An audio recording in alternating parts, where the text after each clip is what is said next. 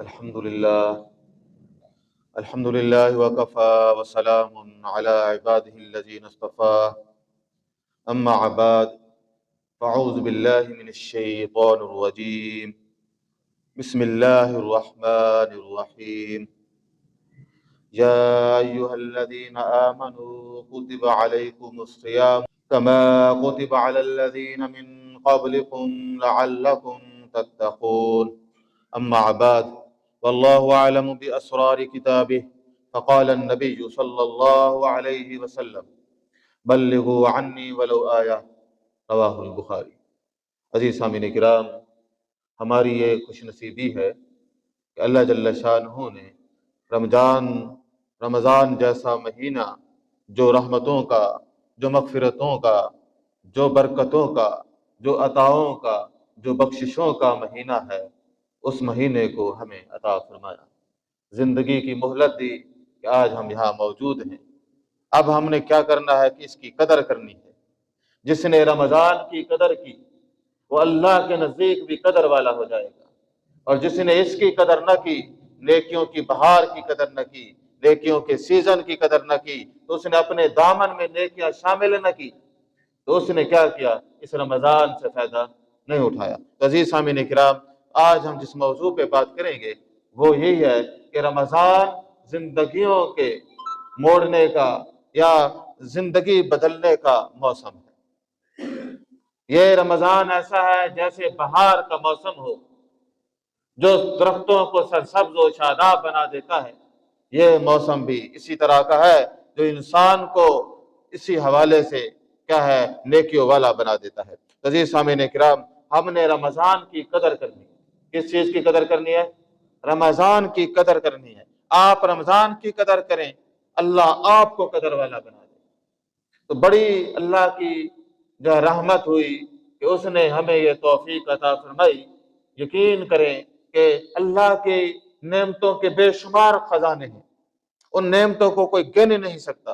وَإِن تَعُدُّوا نِعْمَةَ اللَّهِ لَا تُحْصُوهَا، اگر تم گننا چاہو اللہ تعالیٰ کے احسانوں کو اور اس کی نعمتوں کو، تم اس کو شمار نہیں کر سکتے۔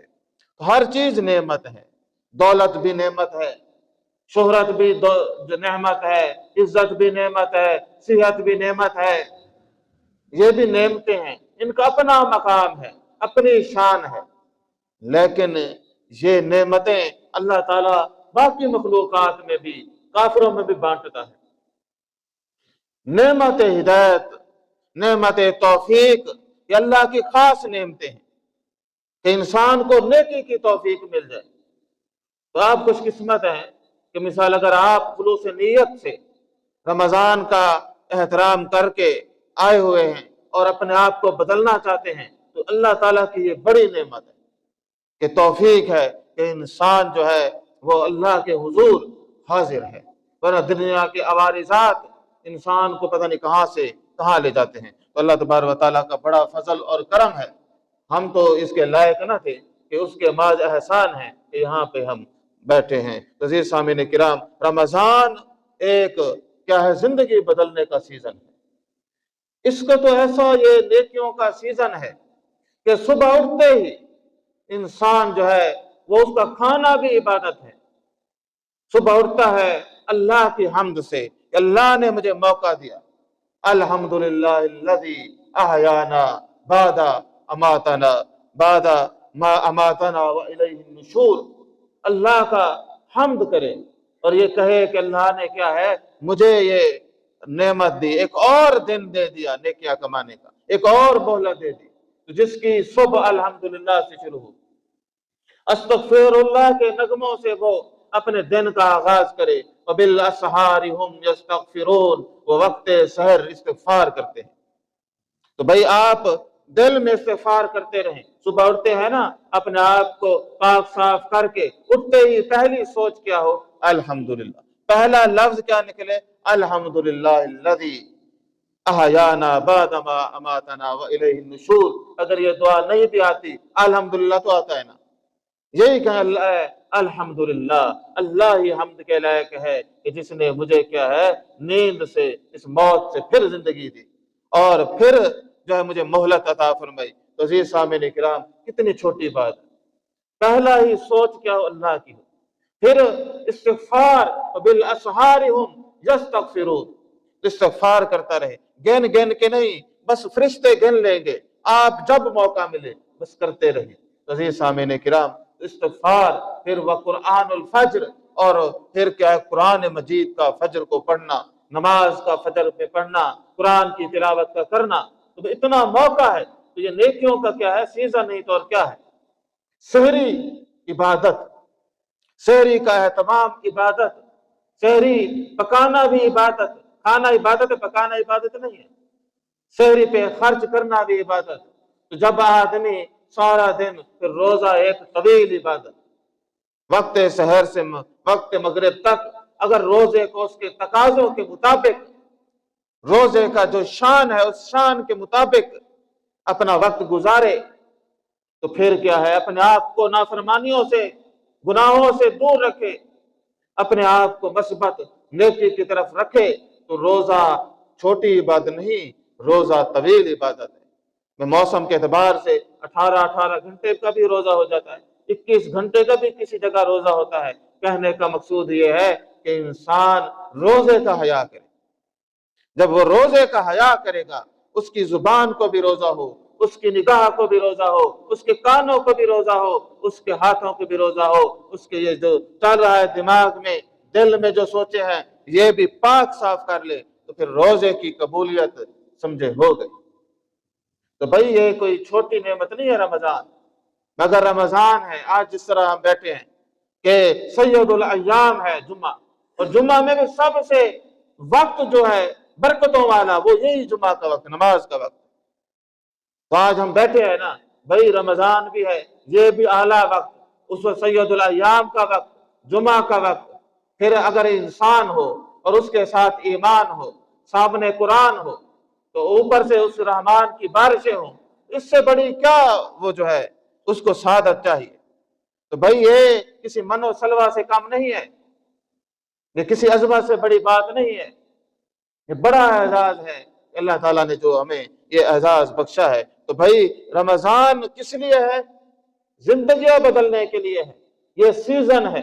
کوئی آدمی جو ہے رمضان کا سن کے پریشان ہو جائے، میں آگے یہ مصیبت، روزہ بھی رکھنا ہے، فلاں بھی کرنا ہے، تو ہم اپنی برائی کو ظاہر بھی نہیں کر سکیں گے، تو بھئی یہ سب جو ہے نا بھئی یہ اس کے ایمان کی کمزوری ہے۔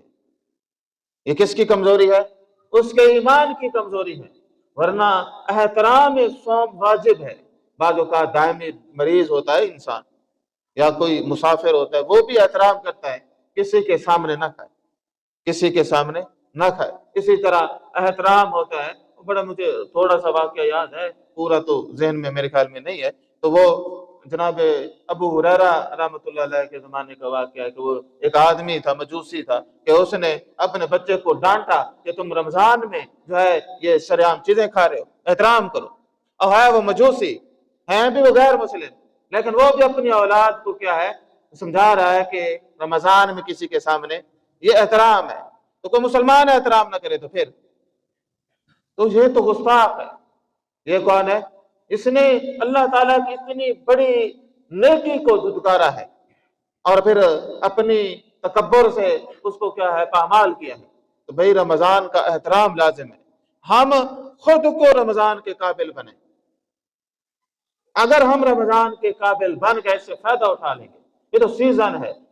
جتنی جھولی بڑی ہوگی، جتنا دامن بڑا ہوگا، اس کی برکتیں تو لا تعداد ہیں، لا محدود ہیں۔ عزیز سامعین کرام، یہ انسان کی وہ چیز جو سب سے قیمتی بھی ہے، خطرناک بھی ہے، اس کا قلب ہے، نفس ہے، اس کو سیٹ کرنے کے لیے ہے۔ فرمایا کہ یا ایھا الذین آمنو، اے صاحب ایمان لوگو، جس کے اندر تکمیل ایمان ہوگی، ایمان اس کی روح میں ہوگا، فرمایا کہ یاد رکھو کتب علیکم الصیام، کتبہ بمعنی فریضہ، فرمایا کہ ہم نے فرض کر دیے ہیں تم پر روزے۔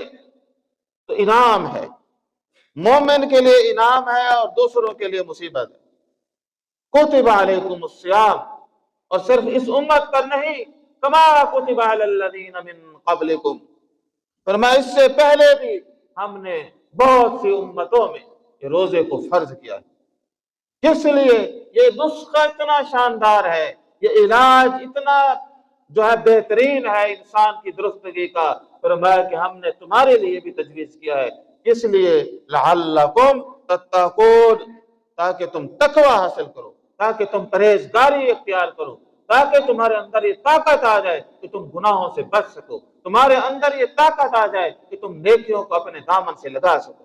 تو یہ روزے کی شان ہے، لعلکم تتقون۔ یہ کوئی ہمیں میڈیکلی فٹ کرنے کے لیے نہیں آیا، جس طرح نیچری کہتے ہیں کہ یہ جی ٹریننگ تھی، جنگ کی ٹریننگ، بھوکا رہنا، پیاسا رہنا۔ کوئی کہتا ہے بس روزے رکھنے کے فوائد یہ ہیں، میدا سیٹ ہو جاتا ہے، فلاں ہو جاتا ہے، یہ سب بس ہتھ کنڈے ہیں۔ حقیقتاً روزہ کس لیے ہے؟ لعلکم تتقون۔ بھئی آپ کا میدا سیٹ ہوتا ہے تو اچھی بات ہے، ہو جائے گا، لیکن حقیقت یہ ہے کہ اگر تقوی حاصل نہ ہوا تو میدے کو آگ لگانی ہے آپ نے۔ لعلکم تتقون، تاکہ کیا ہو؟ تقوی حاصل ہو، تاکہ تقوی حاصل ہو جائے انسان کو۔ وہ طاقت، یعنی تقوی ایک ایسی سپریم طاقت ہے، جس طرح کسی کے اندر سپر پاور آ جاتی ہے کہ وہ اس کو خارج کی شیطان کے وسوسے بھی اس کے اوپر اثر نہیں کرتے، خارج کا ماحول بھی اس کو ڈگمگا نہیں دیتا۔ کوئی گناہ جو جتنا اٹریکٹیو ہو اس کے اوپر لعنت بھیجتا ہے، وہ اس کو کیا ہے؟ اس کو اختیار نہیں کرتا۔ اسے جتنا مرضی فائدہ کسی چیز میں نظر آئے وہ ہرگز اس کے قریب نہیں جاتا۔ یہی تقوی کی شان ہے۔